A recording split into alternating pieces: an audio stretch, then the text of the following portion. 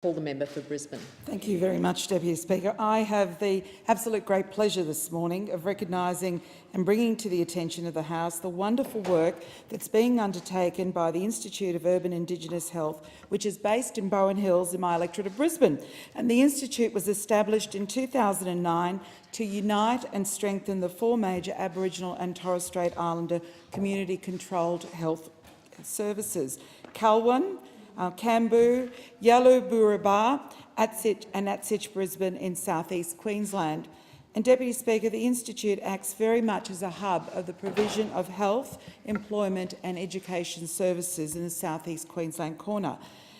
The House would be surprised to note that we have the largest and fastest growing Indigenous population in Australia, where an estimated 50,000 Indigenous Australians reside. And since its establishment, the Institute has significantly increased access to culturally appropriate primary health care services for the region.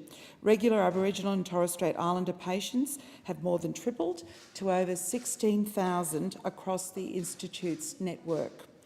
The number of health checks delivered annually has also increased, jumping from 600 in 2008-2009 to well over 8,000, an increase of more than 1,300%.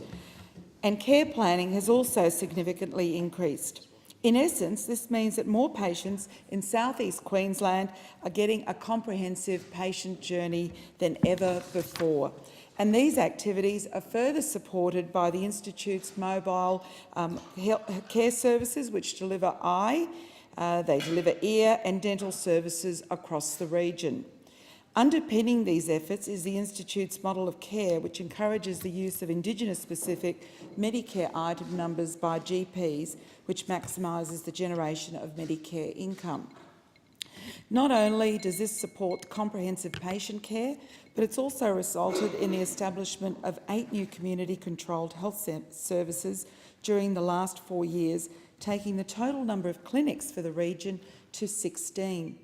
I'd like to praise the placement of more than 800 students from a range of disciplines across the Institute's network as of last year, and this is of particular significance because these are the students of today who will continue to build and grow the primary care sector of tomorrow. Another example of the Institute's good work is the Deadly Choices campaign, which targets positive messages and images at individuals, families and communities to encourage the adoption of healthier lifestyle choices.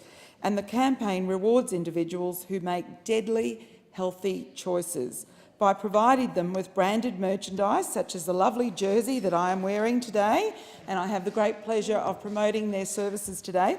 And another element of Deadly Choices is the education program that supports participants to be positive role models and mentors for their families, peer group and community in leading a healthy lifestyle. I'm told that there are 73 primary and secondary schools that have participated in the program last year, as well as 9 community groups.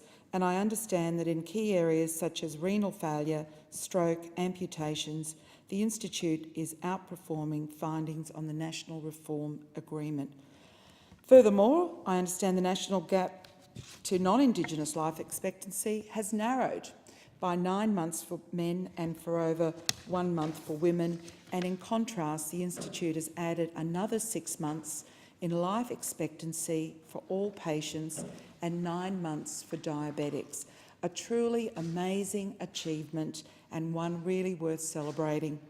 And in this regard, Deputy Speaker, I'm very pleased to advise that the Institute is one of the top 8 Aboriginal and Torres Strait Islander organisations that have been selected from a pool of 113 nominees in the prestigious 214 Indigenous Governance Awards, which are being held in Melbourne this evening. I'd like to acknowledge and thank my parliamentary colleague, the Assistant Minister for Health, Fiona Nash, who I know has been very, very supportive of this program. And Deputy Speaker, I want to congratulate the Institute's board, the CEO, Adrian Carson, and I want to thank them for their wonderful achievements to date.